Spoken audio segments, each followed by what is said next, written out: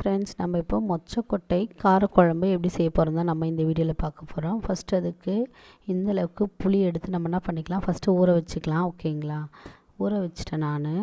இதுக்கப்புறமா இந்த மொச்சக்கொட்டையை நான் கிட்டத்தட்ட ஒரு 6 ஹவர் ஊற வச்சுட்டேன். இப்போ அது நல்லா ஊறிடுச்சு. ஓகேங்களா, இந்த மாதிரி இந்த மொச்சக்கொட்டையை வாங்கிட்டு இந்த மாதிரி ஊற வச்சுக்கணும். ஒரு 6 ஹவர் ஊறிடுச்சான்னு இந்த மாதிரி உடச்சி பார்த்தா அது ஊறிடுச்சுன்னு அர்த்தம். ஓகேங்களா, இப்போ ஊறிடுச்சு. இதையும் நம்ம ரெடி பண்ணிவிட்டு ஒரு ஓரமாக வச்சிடலாம். ஓகேங்களா, இப்போ ஒரு பாத்திரம் எடுத்துக்கலாம். அதில் தேவையான அளவுக்கு நம்ம எண்ணெய் ஊற்றிக்கலாம். ஓகேங்களா, அதுக்கு முன்னாடி நம்மளோட சேனலை சப்ஸ்கிரைப் பண்ணாமல் கண்டிப்பாக சப்ஸ்கிரைப் பண்ணிக்கோங்க. Sathya easy cooking. ஓகேங்களா, இப்போ எண்ணெய் நல்லா காஞ்சி வந்துருச்சு. இப்போ இந்த நேரத்தில் நம்ம என்ன பண்ணிக்கலாம், கொஞ்சமாக கடுகு ஆட் பண்ணிக்கலாம். ஓகேங்களா, இப்போ கடுகு நல்லா பொரிஞ்சு வரட்டும். ஓகேங்களா,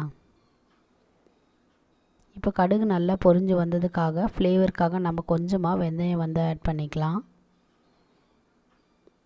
வெந்தயம் ரொம்ப கலர்லாம் சேஞ்ச் ஆகிடக்கூடாது. ஜஸ்ட் நம்ம போட்ட உடனே ஆனியன்ஸ் ஆட் பண்ணிக்கலாம். அப்படி இல்லைன்னா வெந்தயம் கருகிடும், அதோட கலர் சேஞ்ச் ஆகிடும், டேஸ்ட்டு நல்லாவே இருக்காது. ஓகேங்களா, ஜஸ்ட் போட்ட உடனே ஆனியன்ஸ் போட்டுட்டு ஆனியன்ஸே நல்லா வதக்கிக்கலாம். ஓகேங்களா, இப்போது ஆனியன்ஸை கொஞ்சம் கொஞ்சமாக நம்ம வதக்கிக்கலாம். ஓகேங்களா, இப்போ ஆனியன்ஸ் வதங்கிறதுக்கு கொஞ்சமாக நம்ம சால்ட் ஆட் பண்ணிக்கலாம்.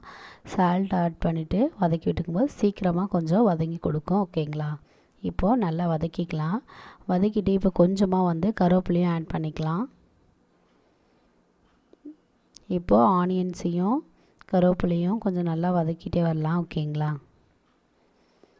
கொஞ்சம் கலர் சேஞ்ச் ஆகிற அளவுக்கு நம்ம அதை வதக்கிக்கணும். ஓகேங்களா, இப்போது கொஞ்சம் கலர் சேஞ்ச் ஆனவுடனே நம்ம என்ன பண்ணிக்கலாம், நான் ஒரு 10 பூண்டு எடுத்து அதை நல்லா தட்டி எடுத்துகிட்டு போட்டிருக்கேன். அப்போ தான் வாசனையும் ஃப்ளேவரும் ரொம்பவே நல்லாயிருக்கும். இப்போ இந்த பூண்டையும் பச்சை வாசனை போகிற அளவுக்கு நல்லா வதக்கிக்கணும். ஓகேங்களா, இப்போ ஓரளவுக்கு வதங்கினோடனே நான் டொமேட்டோ ஆட் பண்ணியிருக்கேன். ஆட் பண்ணிவிட்டு அதையும் நல்லா வதக்கிக்கலாம். வெங்காயம், தக்காளி, கருவேப்பிலை, பூண்டு இது எல்லாமே நல்லா வதங்கி வர அளவுக்கு நம்ம நல்லா வதக்கிக்கணும். ஓகேங்களா, இப்போ ஓரளவுக்கு நல்லா வதங்கிடுச்சு. இப்போ நான் பொட்டேட்டோ ஆட் பண்ணியிருக்கேன், உருளைக்கிழங்கு. ஓகேங்களா, உருளைக்கிழங்கு ஆட் பண்ணிவிட்டு அதையும் பச்சை வாசனை போகிற அளவுக்கு கொஞ்சம் நல்லா வதக்கிக்கலாம். ஓகேங்களா, இப்போது நான் ஒரு 8 ஹவர்ஸ் ஊற வச்ச இந்த மொச்சக்கொட்டையை நம்ம என்ன பண்ணிக்கலாம், இந்த குழம்போடு ஆட் பண்ணிக்கலாம். இந்த மொச்சக்கொட்டை குக் ஆகிறதுக்கு ரொம்பவே லேட் ஆகும். நம்ம இந்த மாதிரி குக் பண்ணால் நீங்கள் என்ன பண்ணிக்கிறீங்க, ஜஸ்ட்டு குக்கரில் வச்சு ஒரு 3 விசில் வச்சுட்டு அதுக்கப்புறம் இந்த குழம்புல எடுத்து இந்த மாதிரி நீங்கள் ஆட் பண்ணிக்கினீங்கன்னா அது ரொம்பவே ஈஸியாக குக் ஆகிடும். ஈஸியாகவும் இருக்கும் குழம்பு. ஓகேங்களா, நிறைய தண்ணி கூட நம்ம ஆட் பண்ண வேணாம். இப்போ கொஞ்சமாக நான் புளி தண்ணி ஊற்றிக்கிறேன். ஓகேங்களா, கரைச்சி நீங்களும் புளி தண்ணி ஊற்றிக்கோங்க. மொச்சக்கொட்டையை மட்டும் நம்ம முன்னாடியே குக் பண்ணனா ரொம்ப நேரம் டைம் வேஸ்ட் பண்ண தேவையில்லை.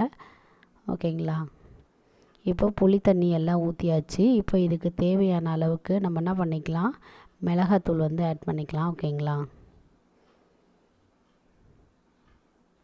நீங்கள் உங்கள் காரத்துக்கு ஏற்ற மாதிரி மிளகாத்தூள் ஆட் பண்ணிக்கோங்க. ஓகேங்களா, நான் ஒரு 3 ஸ்பூன் அளவுக்கு மிளகாத்தூள் ஆட் பண்ணிட்டேன்.